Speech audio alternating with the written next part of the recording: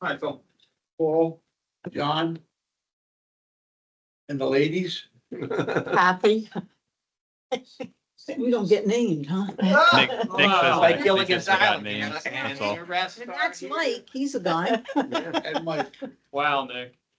We're gonna start that wearing one, name tags next week. Yeah, you blew that So one. much We'll for give that. you a test. Ah, who has something? And You mean anybody have a question that needs to be how answered? come, and I believe I know the answer to this, but why, when you see in the Jewish scriptures, such attention to detail, such attention to detail on, so meticulous, the way they have to build things and to put it this way and to do that and to do this. And you got pages and pages and pages that you're reading through on this. Why?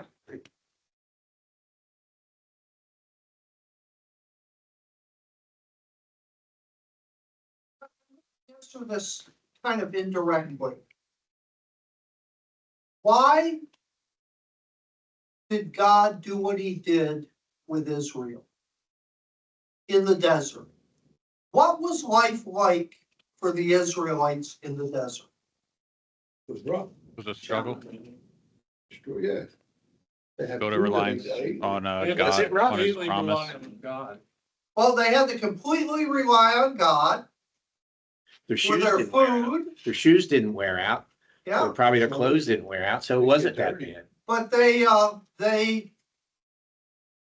every day were given manna and then eventually quail. When they reached places where there was no water, and if you watch the old Ten Commandments with Charlton Heston, and there's this little bit of, he hits the right rock and this little bit of water comes out. How many Israelites were there in the desert? Millions. A million and something, wasn't it?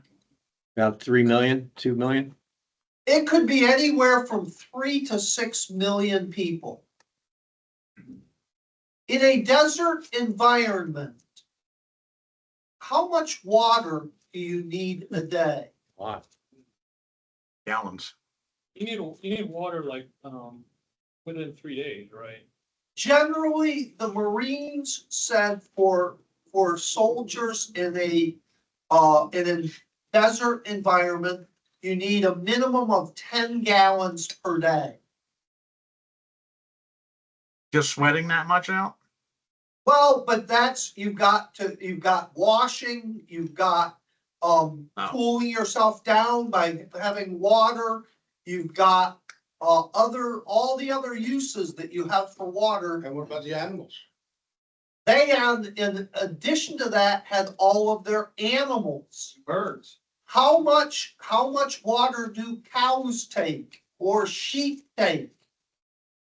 An awful lot. Do you think they actually showered in? Oh, no. No.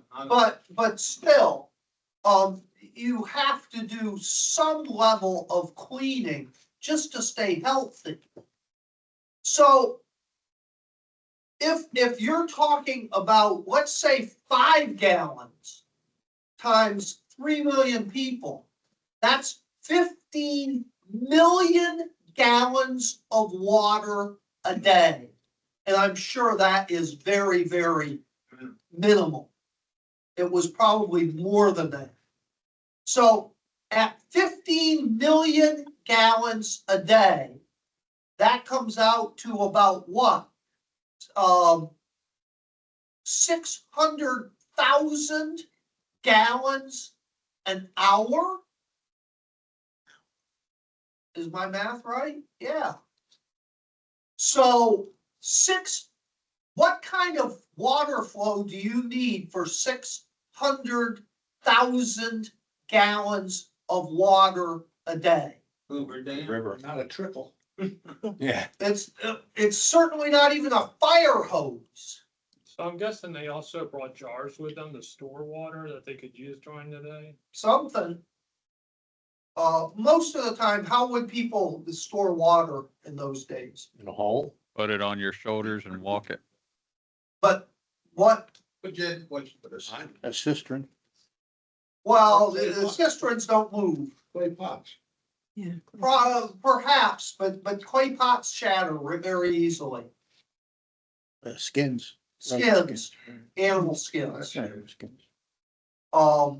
And that's why they talk about wine skins, but water also was stored in skins because it's collapsible. You take it with you, fill it up.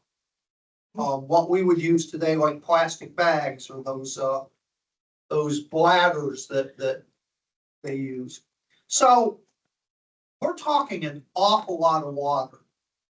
But I'm thinking about how did God treat the Israelites in the desert? What did he do with them? He made them follow him. How did he do that? Pushing the limit. Fire in the Rebuking. sky and the cloud in the sky, and wouldn't let them know when he's. He had the pillar of fire and the pillar of cloud by night and by day. How did that work? How did that mechanically work? And we need to think about this.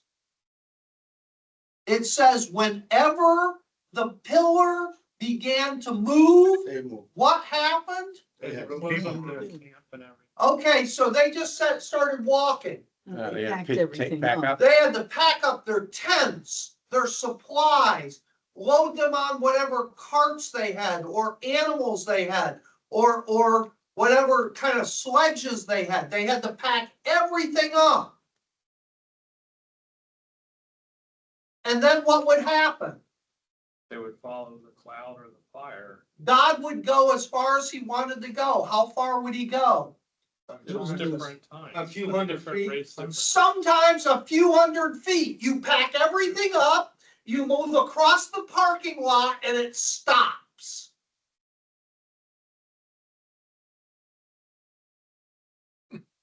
Well, I guess this is it, and you unpack everything. And then the pillar stays there for 5 seconds. 18 hours. A day maybe. And tomorrow it starts moving. What do? Up again? Pack it all up again. Sounds like the military. And just when you think, oh, I'm not gonna bother, it starts moving and goes 100 miles. Why did God do that? Why did God do that? Make them follow Was he him. conditioning them? Discipline. Oh, He was conditioning them for obedience. Which again is like what the military does. Why all those rules and regulations? Conditioning to obedience. Yep. That's what I kind of thought. So, Now, the other side of that, and remember, this is really important, and it's stuff we talked about, but you need to understand this. There are 3 aspects to the law. What are the 3 aspects to the law? you mean like moral, civil, and that type of law? The moral law, the civil law, Ceremonial. The and ordinance. the ceremonial law. There are the 3 aspects to the law. The moral law, the civil law, and the ceremonial law. And again, what word is used for all 3 of them? I'm sorry, what did you say? Same word, Law. law. But when you see the word law in the Bible, Old or New Testament, you have to immediately stop and go, wait a minute. Which one of these 3 laws is this talking about? Because they are entirely different. And as you look at those 3 aspects of law, and when you go through in the Old Testament, God is very, very particular about all three of them. Now, why is that? Well, there's a different reason for each of them. Why is God so particular about the moral law? Code of conduct toward God and toward man. Lifestyle. A little more complicated than that. Sin. What does the moral law do? What is the purpose of the moral law? Shows us we're sinners. That is not the primary thing. Yes, it does, but that is not the primary thing. Shows us how to relationships with God and with man. There is something more, even more fundamental. What does the moral law do? Reflects the holiness of God. It shows us the character of God. The moral law is absolutely because it shows us the character of God. So by knowing his laws, we know what he expects. Not just what he expects, what he is. We are having at school culture day on Thursday. And in the whole afternoon for 2 hours, they have to go around the school and they're turning 6 different hallways in the school into one of the 6 continents. And they've got students from those cultures. You've got Vietnamese students, Filipino students, Haitian students, and they are sharing about their culture in these 6 things. So one hallway's North America, one's South America, one's Africa, one's Australia, and Oceania, and one is Europe. You have students from Australia? I don't know about that, but I think we've got Filipino students, and that's part of Oceania and that. So the teacher in my room, and I'm going to be teaching that day because the teacher in my room is on a field trip that day that he couldn't change the schedule once they scheduled this culture day. So the kids were, especially the sophomores, were just mouthing off and, why do we have to do this? And this is stupid. And this is just blah, blah, blah, blah, blah, blah, blah, blah. And they're going on and they're talking over the teacher and he's getting ticked. And finally I said, listen, guys, he's not going to be here that day. I'm going to be here. You know me as nice Mr. Tom, but I do have another personality. I worked for 15 years with special needs kids. I know how to do what needs to be done. Do not make mean Mr. Tom show up, or you will not like what happens. And then I went back to Nice, Mr. Tom. because I don't want to have to be. And that is very much the way God is as well. Yeah. And so as you go through this moral law, you see that God wants to be nice. But if you don't allow him to be nice, here's the other side of it. What is the civil law? What's important about the civil law? This should be fairly self-evident. Man's relation to each How other. we treat each other. How we treat each other. And what does that say? It says that God is interested not just in how we treat him, but also how we treat each other. We can't just say, oh, I work with God and act any way we want to one another.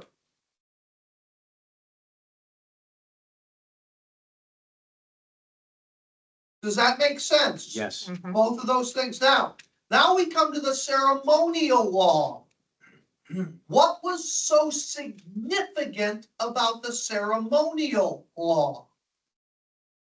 Back then, or Sacrifice. like I'm thinking it's fulfilled in Christ.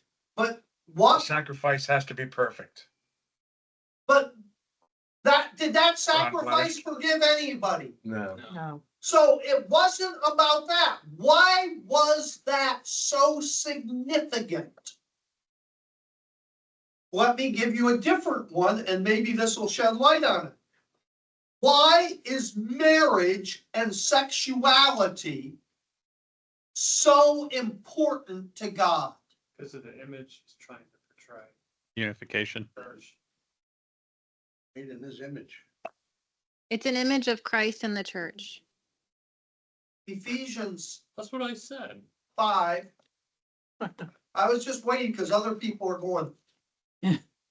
Ephesians 5 says that marriage is not only about a man and a woman.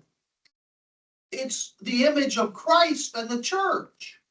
So all this stupidity that's going on today with changing marriage, it's highly offensive to God. Why? What is he doing in marriage? Bringing us together.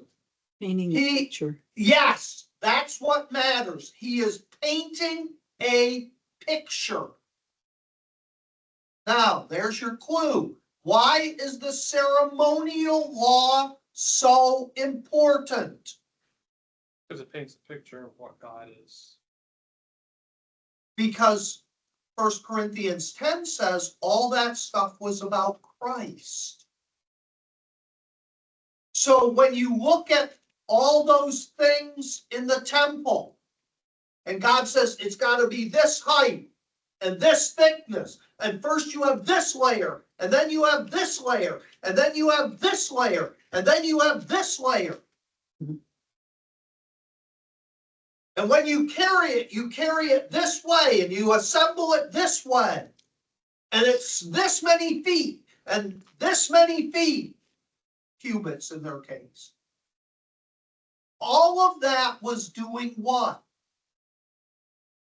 It was painting a picture from the materials that were used. There is symbolism in all those materials.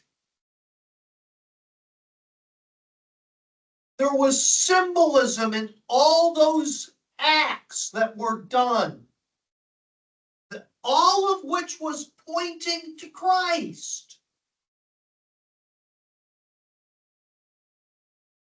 And so if you change one of those things, what happens? Ruin the picture. Yeah. You Distorting the image. ruin the picture. You distort the image. It's like taking a spray can, spraying. Mona Lisa. So for each of those aspects of the law, they are each very important, and God takes exacting detail in them.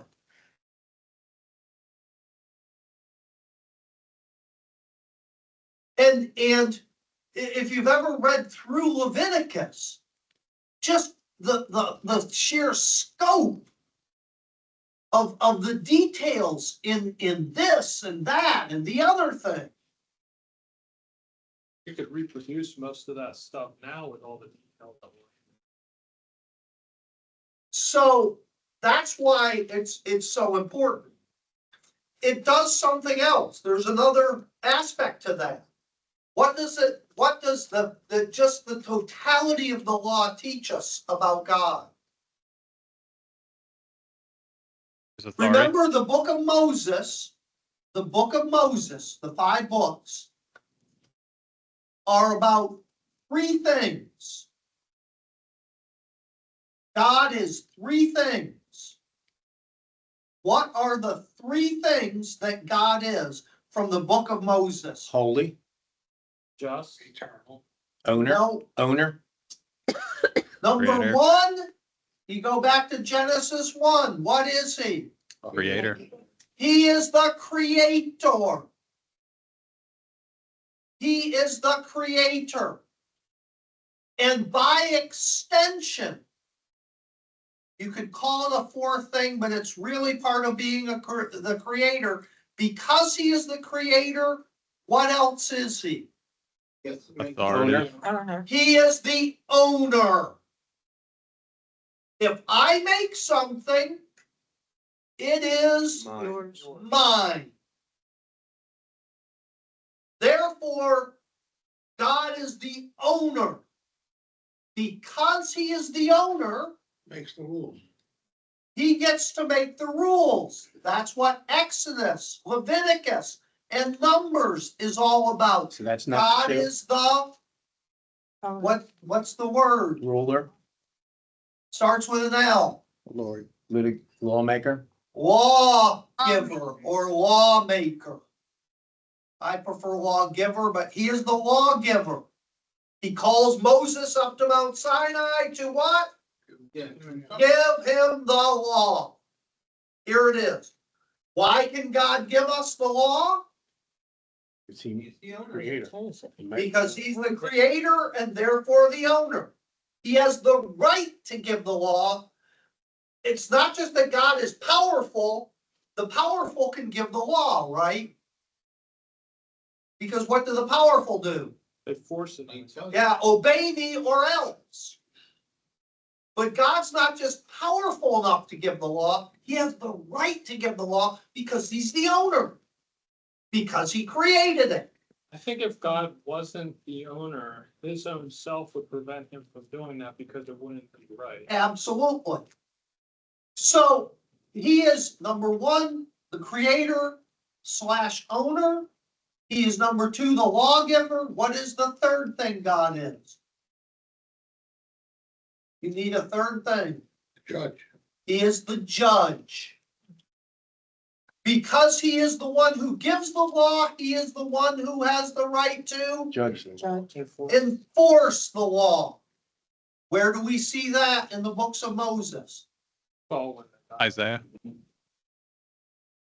when he opened up Said the books earth, of Moses, Yeah, not yeah. Isaiah. Moses. when he opened In up the Numbers, earth when, and like swallowed Paul's the saying. people. Yeah, but let's go all, where do we see that right away in the Bible? In the Garden of Eden. Garden of Eden. Yeah. They sinned and God Kick them out. kicked Yeah. them out. Couple chapters later, Cain and Abel. sure, couple chapters later, Noah. Noah and the flood. And then a bunch of chapters later, you come up into Abraham's day and come into time history. What do you have? The Abrahamic covenant. Promise. Where's the judgment really poured out? Sodom Shown? and Sodom and Gomorrah. Gomorrah. Sodom and Gomorrah. So you have God presented in these three roles: creator / owner, lawgiver, and judge. Now, one of the subtle things that God does, just by the volume of all the laws and the specificity, is he is saying what? I have a right to set the laws to be anything I want. I don't have to justify to you why these laws are this way. I don't have to say, well, I'm going to make it easy for you. I can set the laws to be anything I want because that's my right. I'm the lawgiver. I thought too that he was so meticulous and it was so daunting to do everything. When Christ came, the freedom looked a whole lot better. You know what I mean? Like, And remember, the law is added because of the hardness of heart. mhm. Before we go on from that, how does Christ change each of the three aspects of the law? Well, he fulfills the ceremonial. Yes, a lot of teachers and preachers today, Christ fulfilled the law as if he fulfilled everything, therefore we don't have to do anything. Absolutely a lie. He fulfilled the ceremonial law. Which is why Therefore, there's no more sacrifice. we don't have sacrifice, we don't have a temple, we don't have a high priest, we don't have to have scapegoats. We don't have to have all of these things about gold and this thread and that thread. That was all pointing to Christ and illuminated Christ. Christ fulfilled it. We don't have sacrifice because that's, how many people did that sacrifice save? The person, oh, well, Did the sacrifice itself save? no. No one. As Hebrews says, the blood of sheep and goats could never pay for sin. He fulfilled the ceremonial law, but that's the only law he fulfilled. So do not believe these preachers that just willy-nilly say the whole law is fulfilled. We don't have to worry about that anymore. How about the moral law? What did Jesus do with the moral law? Paid the penalty for, No, He made it He tighter. expanded, he expanded he it. expanded it. That's what Matthew 5 is all about. Matthew 5 and 6.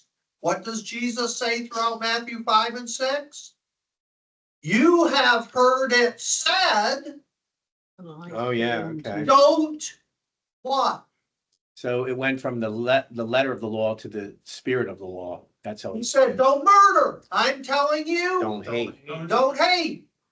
You were told, don't commit Adultery. adultery. Don't physically have sexual relationships outside of marriage. I'm telling you, If you have it in your mind, you already committed the sin. don't lust after someone that you have no right to be with. You've heard it said, don't, and he goes through this whole list of them, right? Mhm. So what he did was he went from, and I'm going to do it a little differently than maybe you think. He went from the external obedience to the law to the internal obedience to the moral law. Could you say that, almost like, where it, and it's in, I think it's in Leviticus and in Deuteronomy, where one says, love the Lord thy God with all thy heart, mind, and soul. If you do that, you fulfill the first four Yeah. commandments, and then if you love thy neighbor as thyself, you fulfill the remaining six. Yep. So they were there. And this was all foreshadowed because God, what does God constantly say in the prophets about this topic? The day is coming, says the Lord, when I will, what? Cut out your Heart of heart stone, of stone and replace it with a heart of, flesh. what is he saying? Doesn't matter on the outside if you're doing it, on the inside, you're not being obedient. I'm going to make that external obedience an internal obedience.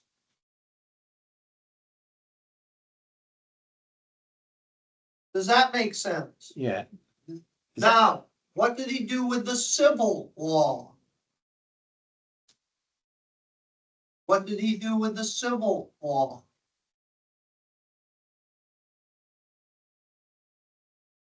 Does it have anything to do in the gospel? Actually, Like- the book of Romans is where you would go for this. I was gonna say the golden rule. I think about like when someone, hits you, but give them your. Not exactly. Where am I pointing to in Romans? Obey the government. I was Romans 13. Romans 13. What does he say about the civil law? Obey it. Obey. That is now the providence of the government, not the religious leaders. In the Old Testament, the prophets and the priests were not only Samuel, the judges, were not only spiritual leader, but they were also political leader. God says, nope, are the spiritual leaders charged with the civil law anymore. As a pastor, do you come to me and say, get revenge on me for this person that stole this? No. You go to the secular authorities.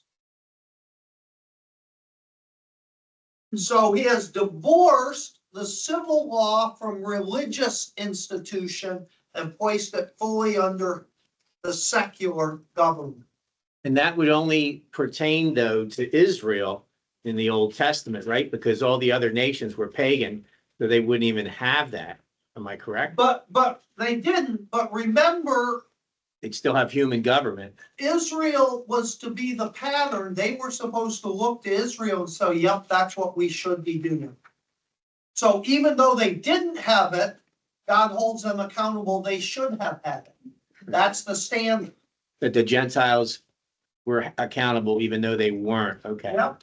And Israel went from a theocracy to changing to a king, Yeah. right? So is the Christian under the civil law today? Yes. Absolutely. So if somebody tells you, oh, we're no longer under the law, we're no longer under what law? Ceremonial. The ceremonial law. Are we under the moral law? Yes. Yes. Yes. Are we under the civil law? Yes. Yes. This is where we have to define our terms much more exactly than just making these blanket statements. People say Christ is the end of the law and they don't. And Yeah. which Yeah. law Exactly. is he the end of? Yeah. As of today? Which law is he the end of today? Ceremonial. The ceremonial law. Right, eventually he will be the end of all three of them. Eventually, he will be the end of all three of When them. there's no more sin. Right. Because in eternity, in glory, there won't be the need for law. It'll be the total fulfillment of the law on the inside. Now, in the second kingdom, where there's people that have been left over and haven't died yet, but there would still be sin because that's when Satan gets released again Yep. to test those. Yep. Would Jesus be all three laws, or is that? Absolutely. Okay. Yeah.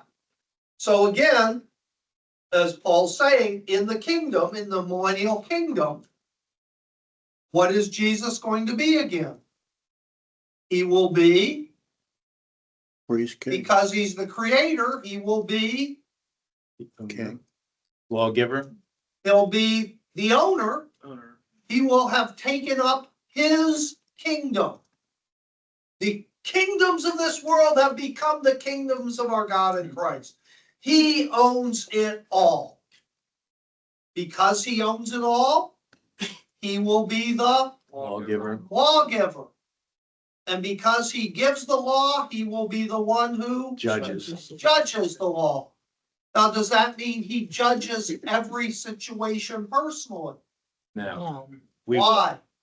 has us there to do it. Because that's what he says. Do you not know that you, believers, will judge the world? And so his kingdom will be through God's people. But again, that's a change from where we're at today. And he will, those three have been divided. They'll come back into that one person and it'll all be in Christ in the kingdom. That makes sense? A lot of sense. Thanks. That helped it. Now, I know that for some of you, that's a review. For some of you, that may be new. So are there any questions? Yes, So that seems like a really long way for God to take us back to the way we originally were. yeah, And I stumble in that the world doesn't know what you just said. So how do they even receive and accept responsibility for salvation? All right, several ways. What is, Ecclesiastes 3, 10 and 11? God is putting That eternity. eternity in the heart. Eternity in the hearts of man. Number one is, Ecclesiastes 3, 10 and 11. God has put eternity in the hearts of humanity. You might have one that says the hearts of man, that is mankind, not males as opposed to females. What does it mean to have eternity in our hearts? That we know there's more to this world than, There's a judgment. I think it's to want to live forever. yeah. To have the will to. All of that is true. Can I encapsulate it by saying this? We know there is something beyond this life. We know that death is not the end. Physical death is not the end. Is man the only creature that buries the Yep. dead? And that's why. People will say, oh, all these things about, you can't tell, men and apes are so similar, you can't tell whether certain bones, if there's just a couple of bones left, whether it was from a human or an ape. You always know the difference between humans and apes in fossils, and that is why? Fossils, you said? DNA. Yeah. They're buried with stuff. Yeah, they bury- Because humans are the only ones that bury the dead with things to take beyond this life. And whether it's Pharaoh with these giant pyramids or simple people that Hurry in their were Cadillac. buried Yeah. with a little Bow and arrow, pot or something like that. bow and arrows. People who didn't have an awful lot of stuff to give to, that they could spare, but there's something. Because we recognize eternity. So that's number one, and that's inside of all of us. And in the dark times in our life, when we get overwhelmed, not by the things of this world, but we're so overwhelmed that our mind turns to what matters, we feel that, all of us. Would you say that's a default? Yeah, absolutely. Number two, what's the second thing that God has placed in all of us? Conscience. The conscience. And with that conscience comes what? Guilt. Guilt is absolutely universal among humans. And animals. Maybe at the moment, yes. Some animals will know. Oh, yeah, they know when they've done wrong, but they don't hold on to that. Guilt persists in humans. My dog may cringe when they know they've done something wrong, but as soon as I say nice things to them, they forget all about it, and they just, okay, don't have to worry about that anymore. We carry Tuck their ears guilt. back. We carry guilt. And again, on a dark night when we're all alone and the world is crashing down upon us, we feel that guilt.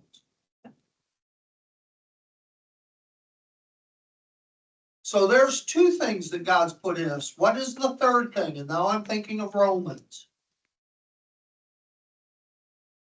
Those are the two internal things. Eternity. That's from That was the first one. Ecclesiastes.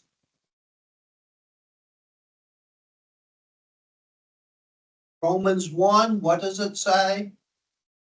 What The does Romans? knowledge. Oh, creation. The knowledge But of the him. creation itself tells every one of us about the glory of God. Mhm. That is universal. Every human being looks up at the stars, looks out at the universe, and says, there's something out there. Mhm. Where an animal does not, No, no God conscious.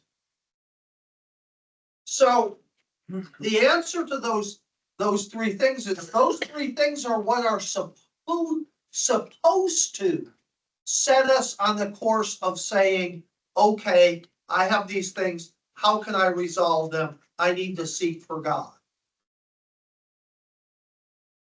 A question. At the number 3, we put creation, and I understand how creation, but would you say man has God conscious, Yes. whereas Yeah. animals don't, Oh, right? absolutely. And the very creation awakens that in us. You could say the sense of awe is another way that philosophers have put it. We have the sense of awe. We know there is something beyond us. We experience that. And those things are supposed to awaken in us a longing to know what the answer is. Problem is what do we do with those three things? Yeah. Yeah, we suppress them. And if you look at Romans, we were in Romans, but look at the word that Romans uses with that. Where is God's wrath? Where is God's wrath reserved? Romans 1:18. Romans 1:20 is about the creation, tells us about who God is. But what's Romans 1:18? The wrath of God is being revealed from heaven against all the godlessness and wickedness of men who suppress the truth by their. What did they do? Suppress. Suppress the truth. They suppress the truth. And where do we do that first? We don't listen to our Ourselves. conscience. We do it within ourselves. Yeah. We don't listen to our conscience. We deny that there's an eternity. When you're dead, you're dead. Live hard, die young. Eat, drink, be merry, for Tomorrow we die. tomorrow we die. When you're dead, that's the end of you. I didn't know that was a Bible verse, but it actually says that. Well, What? Eat, drink, and be merry? Yeah. Oh, yeah. yeah, I used to hear that all the time, I didn't realize. it is a Bible verse, but what is it? Oh, it's not a good thing. Paul's quoting that. It is quoting the pagan or naturalistic human quotation. It is not saying this is Right, what, right, it's saying right. that's what they believe. Yeah. There's a name for that too. I can't think of, not stoic, but That also shows up in the Old Epicurean. Testament, does it not? Epicurean. Yeah, Yeah. Epicurean. Epicurean. Epicurean. Yes, it is in the Old Testament. Yeah, it's in the Old Testament as well Yeah. as the New. Yeah. So, yeah. So we suppress that. And you see that, where do you see that so clearly? The way we play with words. 150 years ago, who was the guy that you took Uncle Joe to when Uncle Joe died? Oh, you mean like the funeral director? The Undertaker. And then that became, ugh. So you took him to the Funeral. mortician. Yeah. And then that became, ugh. So then you took him to the Funeral director? funeral director. Now that's becoming, ugh. Life celebrationist. Life celebration coach. Yeah. And the same with, there was the graveyard. Hmm. And it became the Cemetery. cemetery. And then that became, ugh. And then it became the Memorial Gardens. Memorial Park or Memorial Garden. Now, why do we play those word games? Makes us feel better. Better. Yeah, because it hides us away from the reality of death. Well, it's like having a janitor and now it's sanitation. Yeah. Yeah, Yes. And it can't be a manhole, it's gotta be a personnel access chamber. A personnel access chamber cover. Say that 10 times.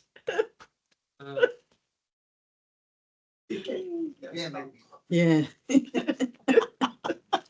It is just, but again, why do we do that? Because we want to suppress that truth within our own thinking. We don't want to have to think about it. Somebody said to me the other day, they said, boy, you say all the time about, you're getting older and yeah, I do. Because as believers, we should be thinking about that. What is death for the believer? Gain. Beginning of eternity. Homeward bound. I'm Well, gonna I use a different biblical thing from Paul in Timothy. What is death? End of physical. The physical Die is body. Well, The end of what? Suffering. No, Physical life. no, struggling. Sin. the end of the race. Oh, all right. I have finished my course. Death is the end of the race. Now, is there ever anyone? And the races what race is he really thinking about? Is he thinking about their 100-yard dash? No. No. What's he Ending well. thinking about? Think Triathlon. of ending well. The what? Not triathlon, that's a modern thing. Decathlon. No, Marathon. the marathon, which was one of the Greek events. What is the length of a marathon? Anybody know? 25 miles, I believe. It is not 25. 26.7 or something. 26.2. Two. Oh, 2. Oh, you were. Why such a weird number? Why such a weird number? It was probably the distance That from was the- one place to another. That was the distance from Athens down to this, where they started it, was it? It was the distance from Marathon to Athens. What happened at Marathon?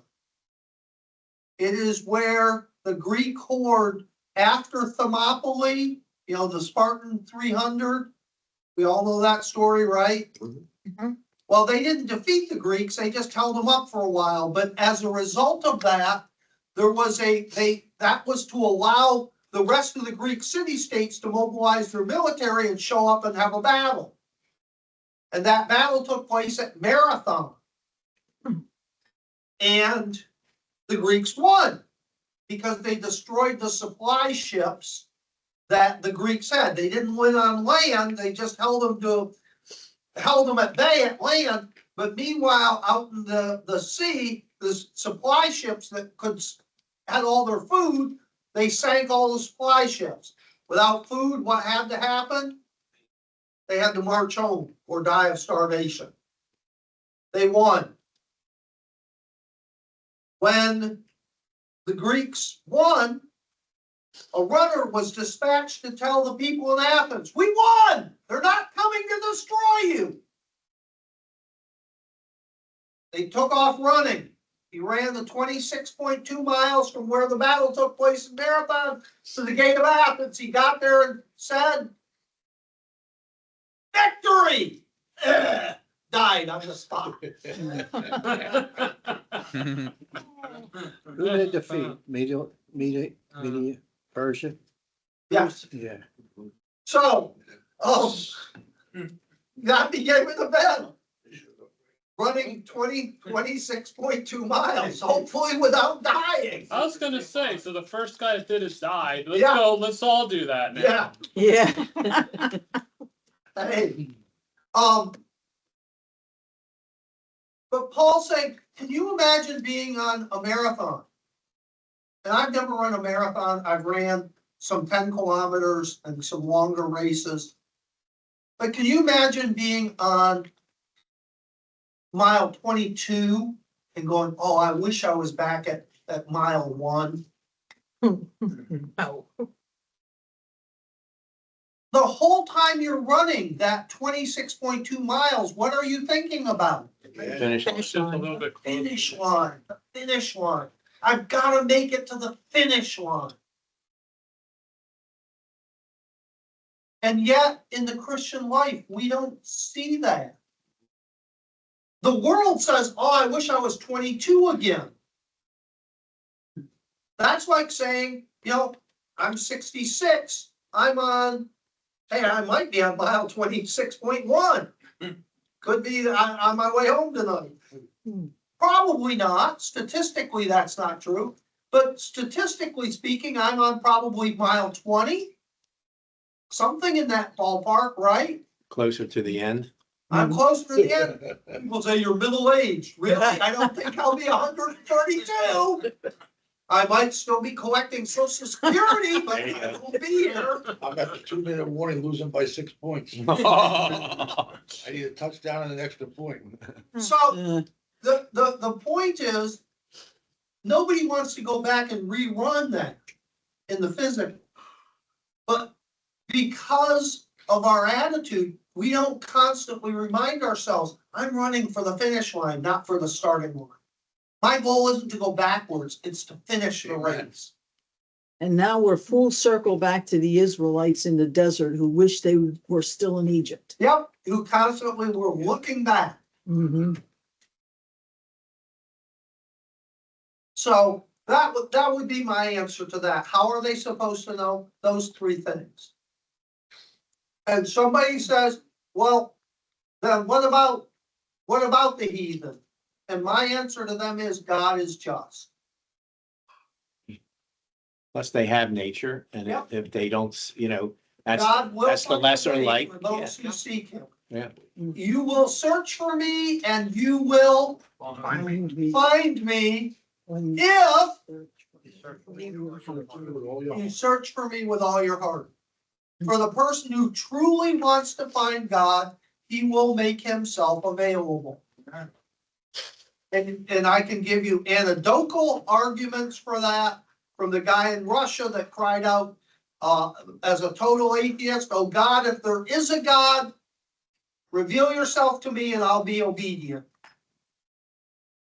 And the number of people that I have heard from their testimonies that grew up in Soviet Russia back in the 70s when they'd had 60-ish years of total atheism, total attempt to relegate the belief in God, obliterate it. And yet, when they, because of that guilt, because of that eternity in their heart, because of looking at the cosmos and saying they said, God, if there is a God, show me who you are and I'll worship you. That God didn't just say, nice try, I'm not gonna do it. God answered. He did it. What about, I told you guys my testimony. I had watched a video. I had been praying for salvation for a while. Yep. And I watched the video, and at the end of the video, an announcer came on and he said, if you want to be saved, pray this prayer. And it had been the same thing I'd been praying, but I didn't feel any different. So I added on to it and I asked God, I said, I want you to help me believe.